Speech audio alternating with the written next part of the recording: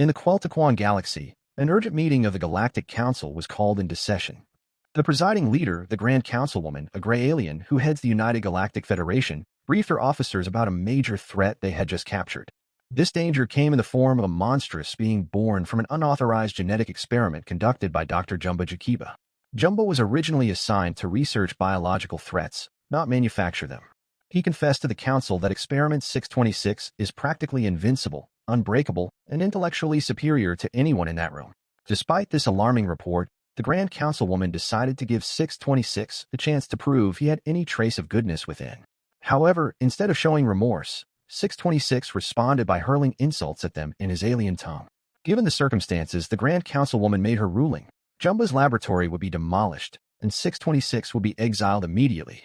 But before they could process his banishment, standard procedure required taking his genetic imprint.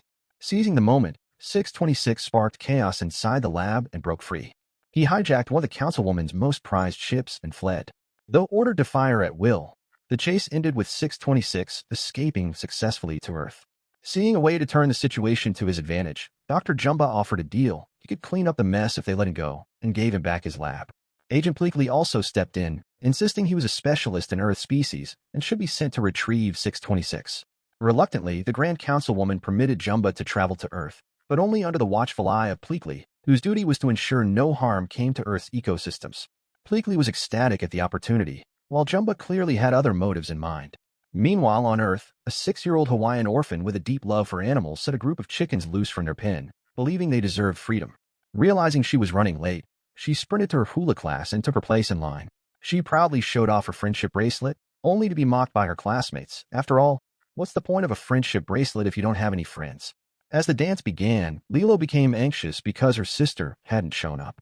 One dancer knocked her over, and in a fit of rage, LILO retaliated. The incident left LILO visibly shaken, and that's when her sister Nanny finally arrived. Too late to see what had happened. Back at home, LILO played a Hawaiian song and laid down feeling defeated. When Nanny returned, she found the door locked with a go-away note stuck to it. As she tried to talk LILO into opening up, Mrs. Kikoa, a social worker, showed up. Nanny attempted to sneak her in through the back but found that way locked too. Eventually, Nanny forcefully entered. She tried her best to appear like a competent guardian to avoid losing custody of LILO, but everything in the house was falling apart. Mrs. Kikoa pointed out Nanny's shortcomings and mentioned she'd have to file a report, as her duty was to ensure LILO lived in a stable environment. Still, she gave Nanny a second chance to set things right. After she left, Nanny and LILO got into a heated argument about LILO's behavior. Elsewhere in the galaxy, 626 ignored several engine warning alerts on his ship. Annoyed by the sound, he smashed the control panel. Moments later, his ship crash-landed on Earth. Nanny and LILO made amends after LILO shared how the other kids treated her. Then LILO noticed something streak across the sky, what she believed to be a shooting star. She kicked Nanny out of her room to make a wish for a genuine friend, someone who wouldn't tease or abandon her. She wished for a best friend. 626, meanwhile, was celebrating his escape until the collar on his neck suddenly zapped him. The shock came from Jumba, who was fiddling with the controls, trying to understand its functions. Pleakley urged him to stop, suggesting the collar could help them track 626's location.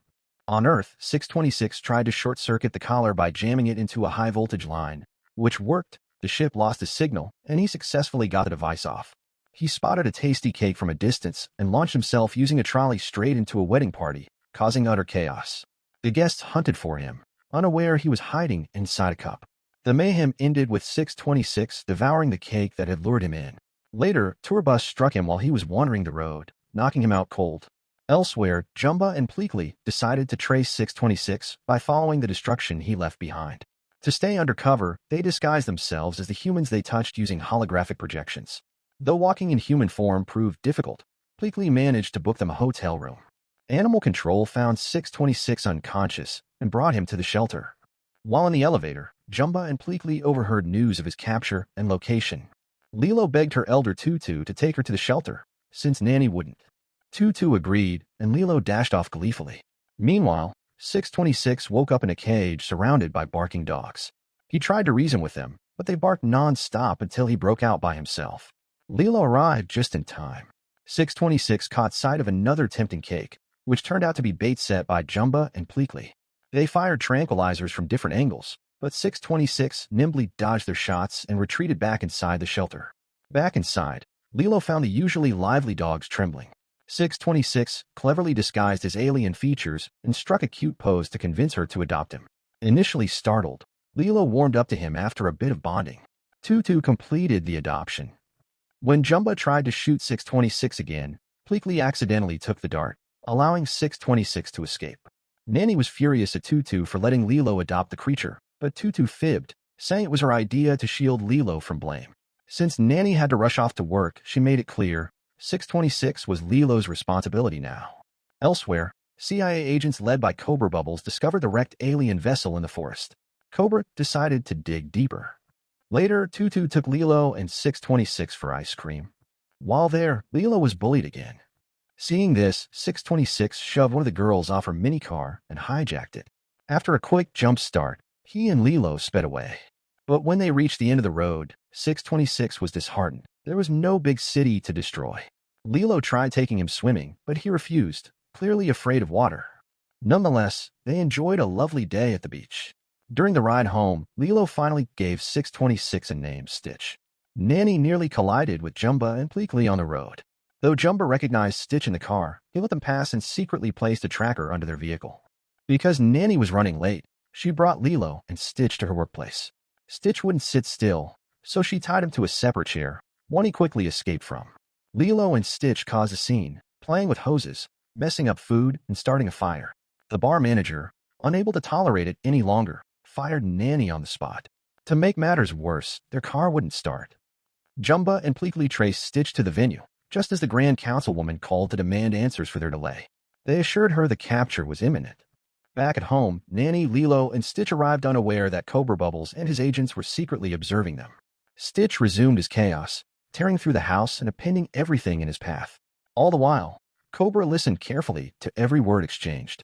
Nanny promised to return Stitch to the animal shelter the next day, brushing off LILO's desperate plea to let him stay, as she already considered him family and claimed he was exactly what she wished for. Overhearing this exchange, Cobra directed one of his agents to bring him the social worker so he could covertly join her. Meanwhile, LILO tried to convince Stitch to stop stirring up trouble around the house. Once he finally settled down and paid attention, she showed him how joyful Nanny used to be, emphasizing that families are meant to support each other, not create chaos.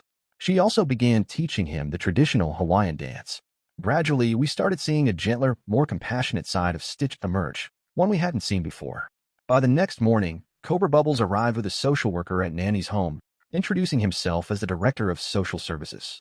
Mrs. Kikoa pulled Nanny aside to talk about the incident at her job the previous day, while Cobra discreetly attempted to collect a sample from Stitch for analysis. LILO noticed that Cobra didn't quite fit the image of a social worker, yet he still managed to get the sample. Meanwhile, Jumba and Pleakley continued tailing Nanny, LILO, and Stitch from afar. Nanny took them along as she went job hunting, and during that time, LILO coached Stitch on how to behave properly, noting that his mischief level was off the charts for someone his size. She emphasized being helpful and careful to avoid destruction. Despite trying several places, every employer turned Nanny down. Stitch, wanting to lift their spirits, pointed out a flyer that suggested Nanny become a surf instructor, something she loved, making it an ideal fit. When Stitch saw dogs surfing, he begged LILO to let him try it too, and during this moment, he overcame his fear of water. Not long after, Cobra Bubbles showed up at the beach. As they surfed, Jumba and Pleakley sped toward them in a boat, firing tranquilizers at Stitch. Though none hit, it gave Stitch enough time to retaliate. Suddenly, a massive wave overturned both the surfboard and the boat. LILO and Stitch nearly drowned, but Nanny and David managed to save them in time. Witnessing this chaos, Cobra immediately called for an extraction team. LILO was rushed to the hospital, and everyone breathed a sigh of relief when the doctor confirmed she was okay. But then Nanny realized she had no money to cover the expenses, leaving her distraught. Mrs. Kikoa proposed a solution, though it meant Nanny would have to give up legal custody of LILO. Nanny wrestled with the emotional weight of the decision, knowing how it would hurt LILO, but also realizing she had no other option. Meanwhile, Pleakley received a call from the Grand Councilwoman, who was furious that humans had discovered their presence. She ended Jumba's mission and ordered Pleakley to apprehend him and return home. After the call ended, Jumba trapped Pleakley far away, vowing to handle things his own way. Later, Nanny informed LILO about the agreement that required her to give up guardianship. Unbeknownst to them, Stitch overheard the entire conversation, which left her heartbroken.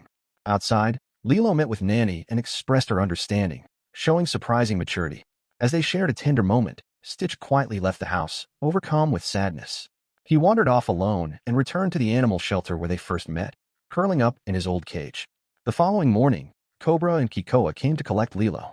Nanny, filled with regret, led them to LILO's room, only to find it empty. LILO, meanwhile, had been searching high and low for Stitch and eventually tracked him down at the shelter.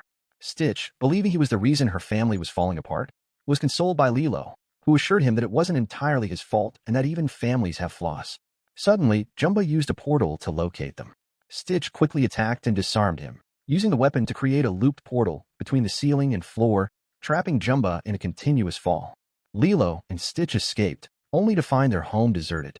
To stop the portal loop, Jumba reverted to his alien form and broke into the house in search of Stitch. The two hid behind a counter and then used another portal to escape. In frustration, Jumba began destroying the house, hoping to force LILO to return. Things escalated when he entered LILO's parents' room. Enraged, LILO stood up to him, but he blasted it anyway. Stitch came to her aid, fighting Jumba to protect her. Just then, Pleakley arrived, but was sprayed in the face with pepper by Tutu before he could say anything. As Jumba prepared to finish Stitch for good, LILO hit him with a frying pan, giving Stitch enough time to knock him out cold. Together, they held Jumba at gunpoint, forcing him into a corner. During this standoff, LILO discovered that Stitch had originally chosen her at the shelter as a way to hide from danger. Stricken with guilt, Stitch surrendered peacefully to avoid further destruction. He assumed Jumba would simply return him home, but Jumba revealed a darker plan to transform him into Experiment 627. Back at the wrecked house, Nanny, Tutu, and David arrived and encountered Pleakley in his alien form. At that moment, Cobra Bubbles revealed his CIA identity and detained Pleakley.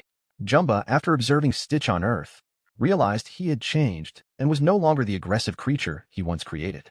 Determined to correct this, he decided to reprogram Stitch's genetics to remove his capacity for love. What he didn't know was that LILO had secretly boarded the ship. Shortly after takeoff, Stitch guided LILO through which buttons to press to release him, but when he saw that Jumba was close to discovering her, he caused a distraction. LILO pressed various buttons in a panic until she finally released Stitch. Freed at last, Stitch attacked Jumba, and the two of them managed to eject him from the ship. Stitch tried to fly the spacecraft but accidentally broke the controls, sending it into a steep dive toward the ocean. He begged LILO to jump into the water to save herself, but she refused to abandon him. The ship crash-landed into the sea. Moments later, Nanny and the others arrived. Seeing LILO trapped underwater, Stitch swam down to save her. Using all his strength, he removed the barrier trapping her, but as she surfaced, he began to sink, unable to swim. LILO dove back to save him, but he was too heavy to lift alone. He urged her to leave him behind, but she refused. Nanny carried LILO back to safety, and after learning Stitch was still beneath the water, Nanny dove back in and rescued him just in time. Once ashore, Stitch wasn't breathing. Using a battery jump-starter, they managed to revive him, filling LILO with overwhelming joy. While they celebrated, another spaceship appeared in the sky. It was the Grand Councilwoman with her guards, coming to reclaim Experiment 626. Stitch didn't resist and calmly offered himself. He requested one final goodbye, which was granted. After seeing how emotionally attached and kind he had become, the Grand Councilwoman allowed him to stay, so long as everything remained secret. Cobra agreed to keep the truth hidden from his superiors, and Pleakley volunteered to remain and monitor Stitch. The Councilwoman departed Earth with peace of mind, confident that the planet and Stitch were in safe hands. The movie then came to an end. Kindly subscribe for more movie recap like this. Thanks for watching and goodbye.